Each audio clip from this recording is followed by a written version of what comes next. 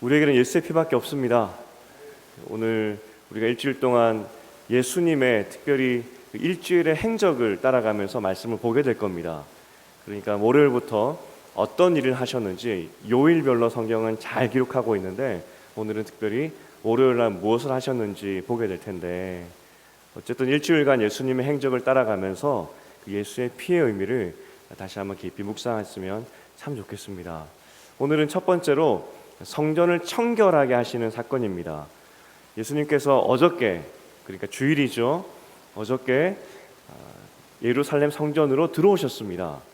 그 들어오시는 그 모습을 보면서 나귀 타고 들어오셨지만 온 이스라엘 백성들이 나가서 그 호산나 다윗의 자손이여 하면서 예수님을 기뻐하며 맞아들였습니다. 여러분, 이 어제의 사건은 그냥 보통의 사건이 아닙니다. 그 이스라엘 역사상 이렇게 크게 환대한 적도 없었고, 그러하기 때문에 종교 지도자들을 비롯해서 로마 사람들은, 로마 군인들은 정말 천지가 개벽할 만한 어떤 위기를 느꼈다는 겁니다. 또 그렇게 예수님을 맞이하는 이스라엘 백성들도 야, 이 예수님을 통해서 뭔가 일어나겠구나 하는 그런 기대감으로 어제 예수님을 성전으로, 예루살렘 성으로 맞아들였다는 겁니다. 그러니 이후에 오늘부터 사역하는 그 예수님의 사역에 하나하나 모든 백성들과 로마 사람들 그리고 종교 지도자들은 다 지켜보고 있었다는 겁니다. 왜냐하면 지금 천지가 개벽할 만큼 그런 큰 어떤 일이 일어났는데, 지금 중심은 예수 아니겠습니까? 앞으로 예수가 어떤 일을 할 것인지, 그래서 온 사람들의 지금 시선을 받고 있는 것이 지금 일주일의 예수님의 행적의 모습이라는 겁니다. 지금 예수님께서 월요일날 이제 날이 밝았고 어떤 무엇을 하고 계시는데, 그 무엇을 했던 첫 번째 사역이 성전에 들어가셔서 장사꾼들의 상을 뒤집어 엎는 그 일이었습니다. 성전을 청결하게 하셨다, 그 사건으로 우리는 알고 있죠. 사실 이 행동에 대해서 지금 성경 15절에서는 이상하게 보였다라고 이야기를 합니다. 왜 예수님의 행동이 지금 이상하냐면, 먼저 종교 지도자들의 입장에서 생각해 보겠습니다. 지금 성전에서 매매하는 활동을 이상하게 본 것 같은데, 첫 번째로 이 매매 활동은 이미 종교 지도자들이 허락한 내용입니다. 왜냐하면 먼 거리에서 이스라엘 백성들이 재물을 가지고 오는데 이게 만만치 않았거든요. 그래서 성전 안에서 하나님께 예배 드리는 백성들을 돕기 위해서 이 재물들을 매매할 수 있도록 허락을 해 주었다는 겁니다. 시장을 열어주었죠. 공식적인 겁니다. 또 돈도 받고 써야 됩니다. 성전에 세금을 내야 되는데 그 세금은 이스라엘 예루살렘 안에서 유통되는 그 동전으로 냈었어야 되기 때문에, 그래서 환전상도 있어야 되는 겁니다. 그러니까 종교 지도자들이 이스라엘 백성들을 위해서 공식적으로 허락한 그런 매매 활동이었다는 것이죠. 만약에 이것이 문제가 된다면 사실 이게 그냥 이렇게 매매 활동이 이루어진 것이 아니라 어느 정도 뇌물도 있었을 것이고, 상인들과 종교 지도자들 사이에 어떤 그런 계약들이 있었지 않겠습니까? 그런 계약 상황 가운데 좀 불미스러운 일들이 있었을지 모르겠지만, 그런 것을 제외하고는 지금 이런 상인 활동은 이스라엘 백성들에게 공식적으로 허락된 내용이었습니다. 상인의 입장에서는 더 황당하겠죠. 굉장히 폭력적이었습니다. 어제 이스라엘 왕으로 예수님께서 예루살렘 성으로 들어왔는데 그렇게 기쁨으로 맞이했는데 이 사람들이 상인들을 공격하는 겁니다. 너희들의 상인 활동이 잘못됐다는 거 아니겠습니까? 상인 입장에서도 굉장히 공격을 받았을 것 같습니다. 그렇다면 일반 백성들은 이것을 지켜보면서 어떤 생각을 했을까요? 지금 일거수일투족 예수님의 행동을 지켜보고 있는데, 이 성전에서 매매 활동하는 것을 분노하시면서 뒤집어 엎는 그 예수님의 다소 폭력적인 모습을 보면서 일반 백성들은 무슨 생각을 했을까요? 지금 예수님께서 분노하는 이유는 명확히 알 것 같습니다.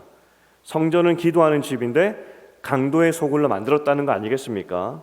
그러면 일반 백성들도 이 말에 동의했을까요? 성전이 기도하는 기능을 잃어버리고 강도의 소굴로 바뀌었구나.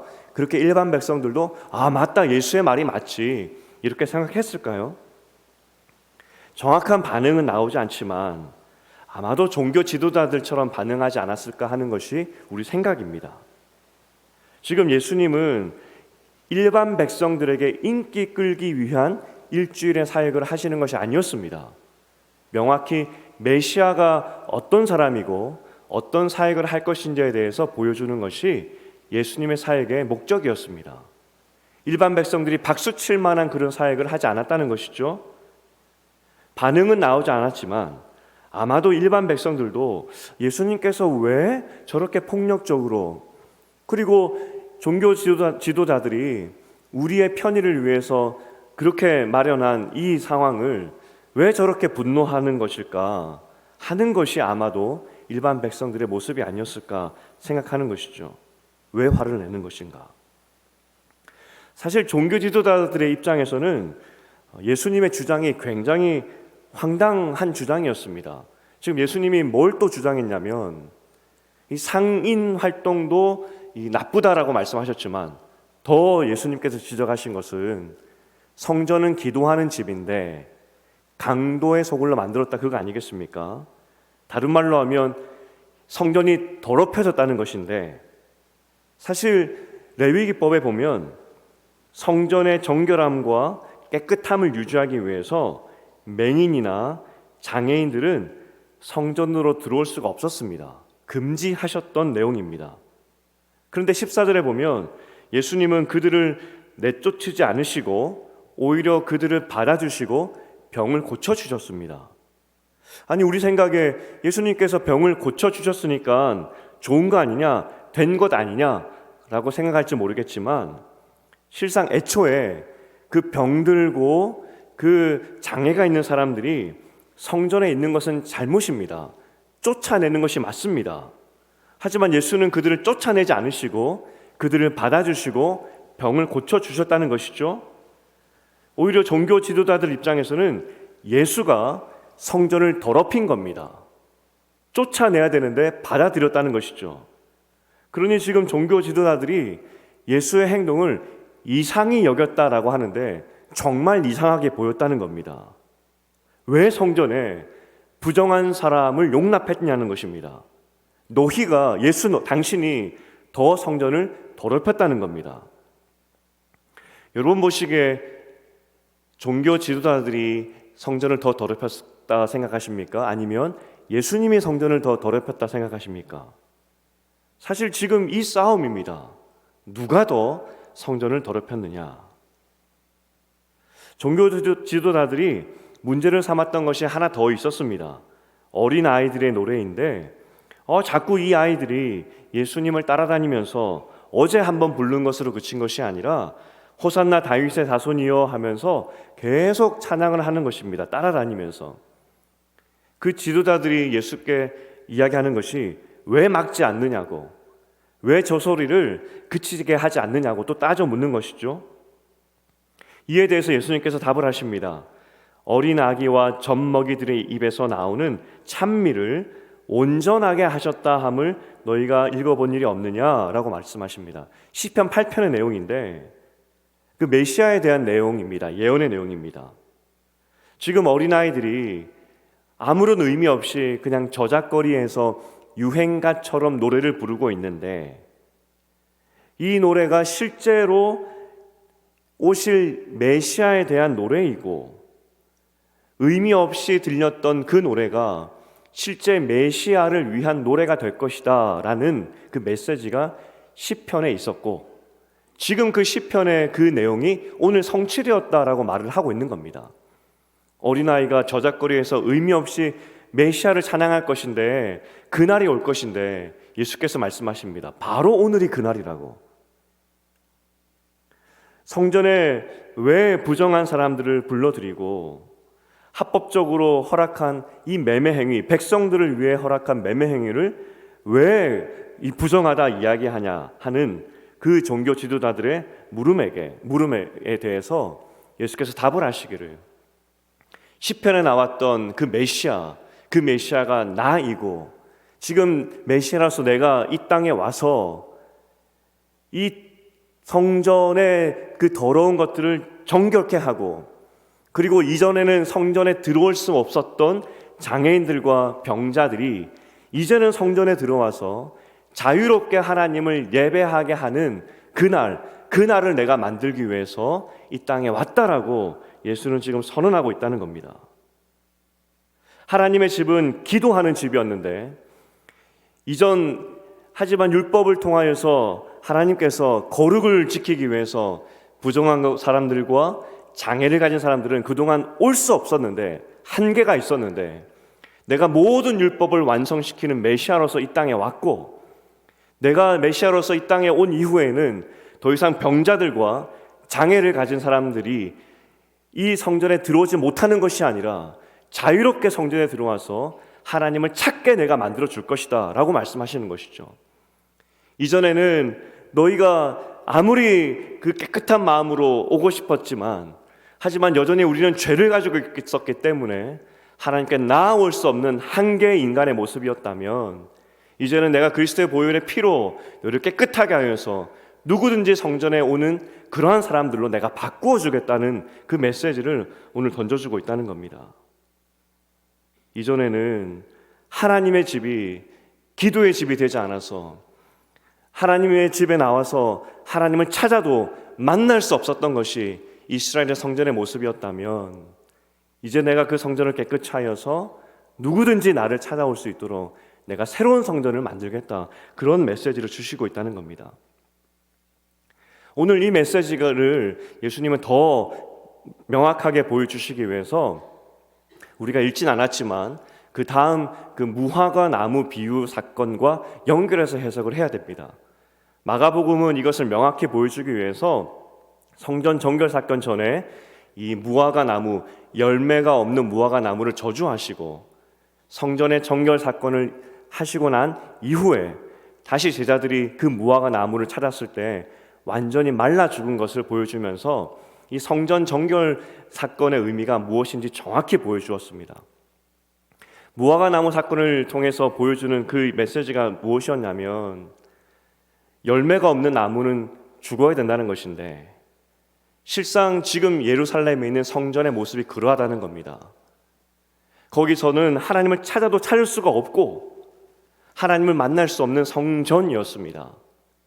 내가 그 성전을 문을 닫아버리겠다는 겁니다. 더 이상 예루살렘이 하나님의 그 성전의 역할을 하지 못하니 내가 문을 닫아버리겠다는 겁니다. 그러면 우리 입장에서 어떤 질문이 나와야 되냐면, 성전이 없어지면 어디에서 하나님을 만날 수 있습니까? 그 질문이 나와야 하겠죠. 아니, 이전까지 하나님께서 자기 백성을 만나는 어떤 통로로 성전을 삼아 주셨는데, 성전을 내가 없애버리겠다고 말씀하시는 것이니까, 무화과 나무가 말라 죽듯이 성전을 폐하겠다 말씀하시니까, 그러면 어디서 예수님, 하나님을 만날 수 있습니까? 라는 질문이 나와야 한다는 겁니다. 이 답은 우리가 다 알고 있습니다. 예수께서 십자가에서 죽으심을 통하여서 더 이상 우리가 성전에 가서 하나님을 찾아야 하는 것이 아니라, 이미 내 속에 계신 그 예수님, 내가 하나님의 성전이 되었기 때문에 어디에서나 하나님을 찾을 수 있는 그러한 존재로 우리는 바뀌게 되었다는 겁니다. 이전의 구약에서는 하나님을 찾기 위해서는 내가 깨끗해야 되고, 심지어 장애가 있어도 안 되고 병도 있어서도 안 됩니다. 하나님께 나아가기 위해서는 나는 완전해야 하나님을 만날 수 있었던 것이 우리의 모습이었다면, 이제 예수 그리스도의 보혈을 통하여서 내가 병이 있을 수 있고, 내가 장애가 있을 수 있고, 내가 여전히 죄 안에 거할 수 있을지 모르겠지만, 그러함에도 예수가 내 안에 계시고 내가 하나님의 성전이 되었기 때문에 우리는 언제든지 하나님을 찾을 수 있고 하나님께 기도할 수 있는 존재로 바뀌게 되었다는 것입니다. 예수님께서 이제 십자가를 지시기 전에 마지막 일주일의 사역을 하고 계시는 중에 있습니다. 그리고 이 사역을 앞서서 십자가의 지식이 앞서서 첫 번째로 이 십자가를 통하여서 변화되는 것을 우리에게 알려주시는 것이 있는데, 첫 번째 변화가 무엇이냐? 이전에는 성전에 올라가야 하나님을 찾을 수 있었고, 이전에는 내가 완전해야 하나님을 만날 수 있었지만, 이제는 누구든지, 심지어 죄인이라 할지라도 하나님을 찾는 사람들을 만나게 해주실 것이다. 그게 예수 그리스도의 십자가의 사역의 의미라는 것입니다. 우리가 예수의 피밖에 없다라고 고백하면서 이 자리에 모였습니다. 정말 그렇습니다. 예수의 피밖에 없습니다. 우리는 예수의 피로 힘입어서 언제든지 하나님을 만날 수 있는 존재로 바뀌었고, 예수의 피를 통하여서 언제든지 주님을 찾으면 하나님은 우리를 만나 주신다 약속하고 있다는 겁니다. 그런데 이 무화과 나무 비유에서 이 정말 놀라운 것을 우리가 알려주시는 것이 있는데, 우리가 읽진 않았지만 우리 21절, 22절을 한번 읽어보고 싶습니다. 우리 21절, 22절을 한 목소리로 읽어보겠습니다. 시작. 예수께서 대답하여 이르시되 내가 진실로 너에게 이르노니 만일 너희가 믿음이 있고 의심하지 아니하면 이 무화과 나무에게 된 이러한 일뿐 아니라 이 산더러 들려 바다에 던지라 하여도 될 것이요 너희가 기도할 때 무엇이든지 믿고 구하는 것은 다 받으리라 하시니라. 아멘. 예수님의 말씀이 굉장히 독특한 말씀을 지금 무화과 나무 그리고 성전 정결 사건, 이 두 사건의 결론으로 이야기해 주고 있습니다.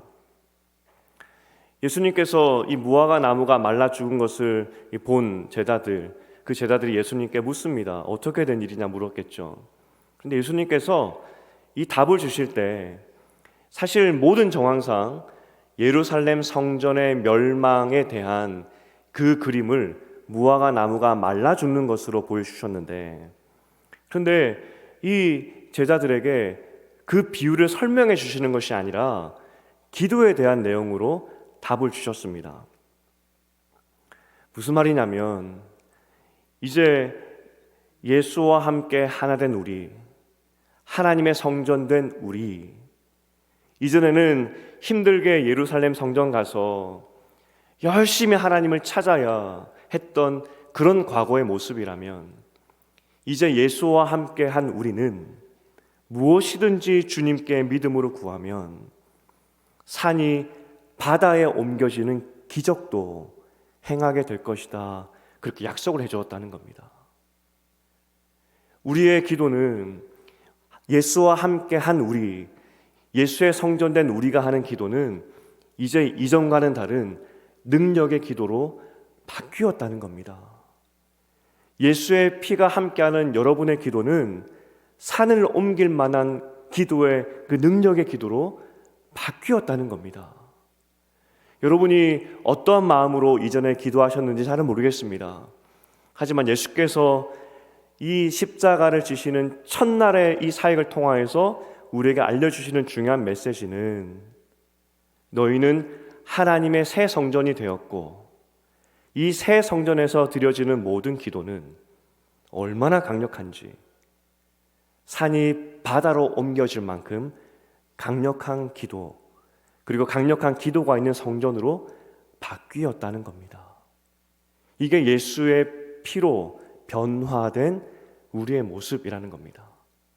그러니 예수와 함께하는 여러분의 기도는 강력하고 힘이 있고, 예수와 함께하는 여러분의 성전은 이전 예루살렘 성전과는 비교할 수 없는 하나님의 임재가 충만한 하나님의 성전으로 바뀌었다는 겁니다. 이것이 예수의 피로 변화된 여러분의 모습입니다. 이제 말씀을 맺겠습니다. 이스라엘 종교 지도자들의 눈에는 예수님의 사역이 정말 이상해 보였습니다. 이해할 수가 없었습니다. 그런데 예수님께서 말씀하십니다.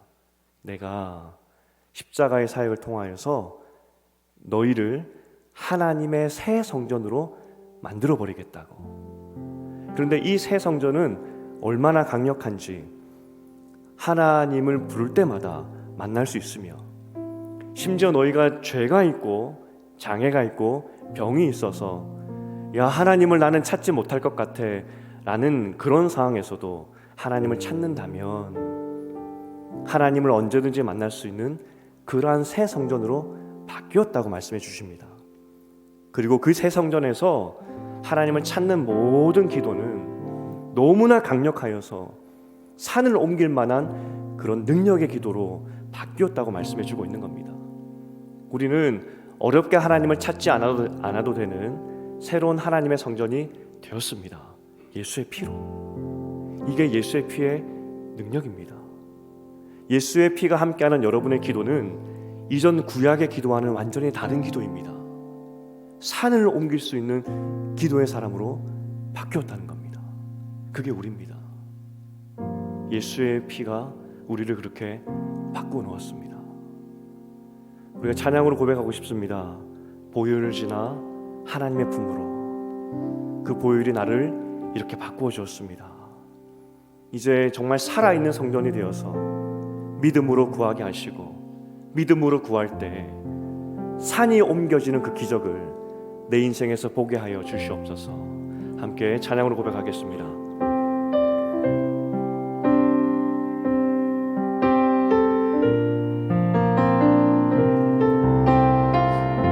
보혈을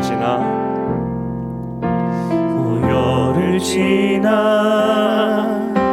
하나님 품으로, 보혈을 지나 아버지 품으로, 보혈을 지나 하나님 품으로 한 걸음씩 나아가네. 보혈을 지나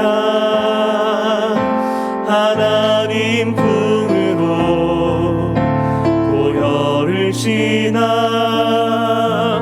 아버지 품으로, 보혈을 지나 하나님 품으로 한 걸음씩 나아가네. 존귀한 주 보혈이 내 영을 새롭게 하시네. 존귀한 주 보혈이 내 영을 새롭게. 존귀한 주의 보혈이,